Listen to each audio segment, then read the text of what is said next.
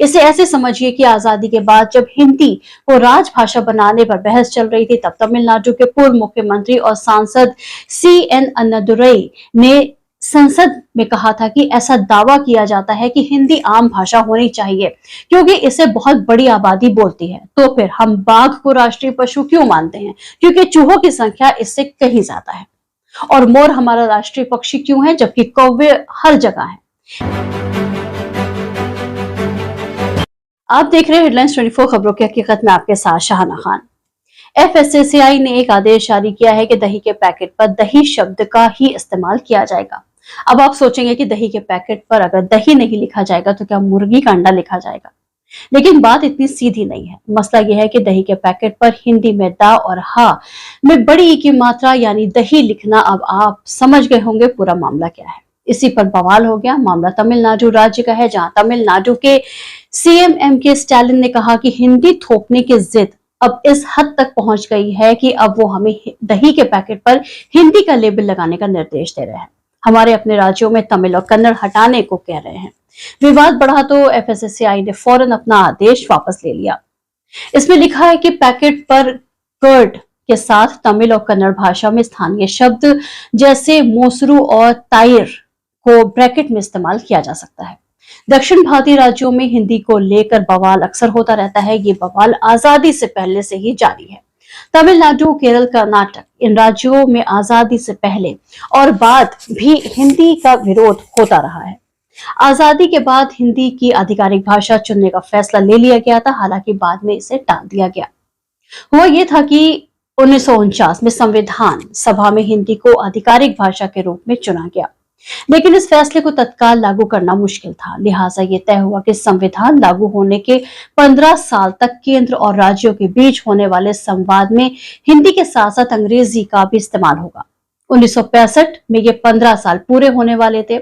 हालांकि इससे 2 साल पहले ही जवाहरलाल नेहरू के प्रधानमंत्री रहते ऑफिशियल लैंग्वेज एक्ट पास हुआ। इसमें प्रावधान था कि 1965 के बाद भी हिंदी के साथ साथ अंग्रेजी का इस्तेमाल किया जा सकता है। बहरहाल 26 जनवरी 1965 को हिंदी को राजभाषा बनाने की घोषणा करने का फैसला लिया जा चुका था। तत्कालीन प्रधानमंत्री और उनका मंत्रिमंडल इसे लागू करने का मन बना चुका था। हालांकि इसका विरोध होने लगा, खासकर मद्रास में कई लोगों ने आत्मदाह कर लिया। विरोध प्रदर्शन उग्र होता चला गया, लिहाजा लाल बहादुर शास्त्री को अपना मन बदलना पड़ा। उन्होंने ऑल इंडिया रेडियो पर घोषणा की कि वो जवाहरलाल नेहरू के आश्वासन का सम्मान करेंगे और अंग्रेजी भाषा का इस्तेमाल तब तक जारी रहेगा जब तक लोग ऐसा चाहते हैं। पहले 1967 और फिर 1976 में ऑफिशियल लैंग्वेज एक्ट में कुछ संशोधन हुए। इसके तहत राज्यों को 3 श्रेणियों में बांट दिया गया। पहली श्रेणी में शामिल राज्यों से केंद्र सरकार हिंदी में संवाद करती थी। दूसरी श्रेणी में शामिल राज्यों से हिंदी के साथ साथ अंग्रेजी और तीसरी श्रेणी में राज्यों से सिर्फ अंग्रेजी में ही संचार करती थी। इस एक्ट में भी प्रावधान किया गया कि सारे कानून, नियम, कायदे, आदेश का प्रकाशन हिंदी के साथ साथ अंग्रेजी में भी किया जाएगा। अगस्त 1937 में जब C राजगोपालाचारी के नेतृत्व वाली कांग्रेस सरकार ने मद्रास में हिंदी को लाने का समर्थन किया था, उन्होंने स्कूलों में हिंदी को अनिवार्य कर दिया था। इसके खिलाफ 3 साल तक आंदोलन चला। आजादी के बाद भी तमिलनाडु में हिंदी विरोध की ये आग ठंडी नहीं हुई। 1965 में जब हिंदी को राजभाषा घोषित करने की तैयारी चल रही थी, इसके विरोध में लाल बहादुर शास्त्री की सरकार के 2 मंत्री C सुब्रमण्यम और OB अलागेस ने इस्तीफा दे दिया। दक्षिण के राज्यों में हिंदी को लेकर विवाद नया नहीं है, ये काफी पुराना है। वहां के नेता अक्सर जबरन हिंदी थोपने का इल्जाम लगाते रहते हैं।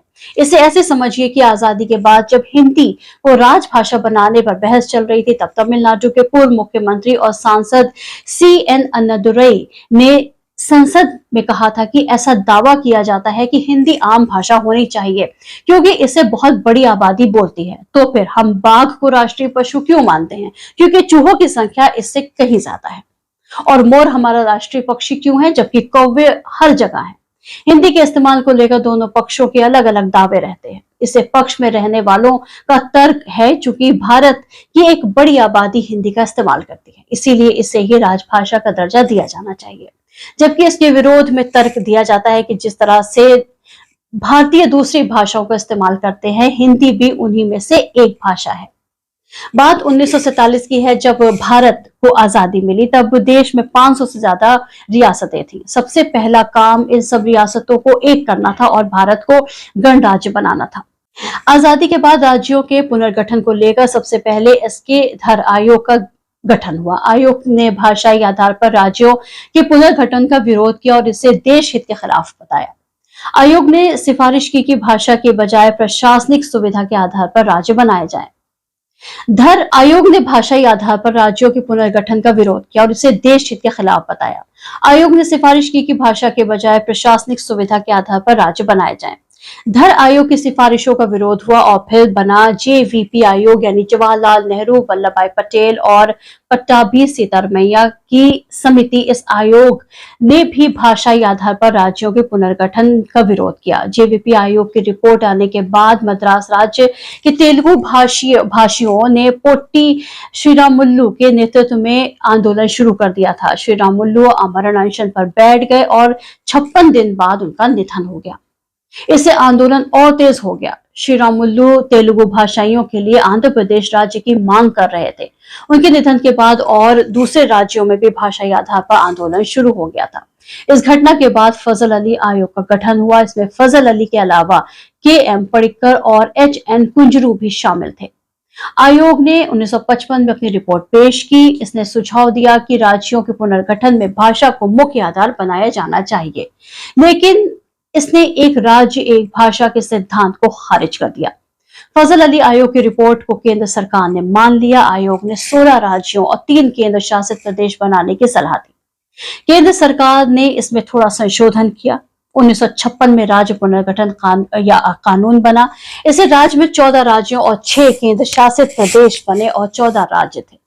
आंध्र प्रदेश, असम, बिहार, मुंबई जो अब महाराष्ट्र में है, जम्मू कश्मीर, केरल, मध्य प्रदेश, मद्रास जो अब तमिलनाडु में है, मैसूर जो अब कर्नाटका में है, ओडिशा, पंजाब, राजस्थान, उत्तर प्रदेश और पश्चिम बंगाल। उस समय जो 6 केंद्र शासित प्रदेश बने उनमें अंडमान निकोबार, दिल्ली, हिमाचल प्रदेश, लक्षद्वीप, मिनिकॉम और अमीन दीवी, मणिपुर और त्रिपुरा शामिल थे। तमिलनाडु, केरल, कर्नाटक, इन राज्यों में आजादी से पहले के बाद भी हिंदी का विरोध होता रहा है। अगर आपको हमारा चैनल पसंद आता है तो इसे लाइक, शेयर और सब्सक्राइब करें, क्योंकि आपको हमारे चैनल पर मिलेंगी सिर्फ और सिर्फ सच्ची खबरें। तो देखते रहिए हेडलाइंस 24 सच के साथ।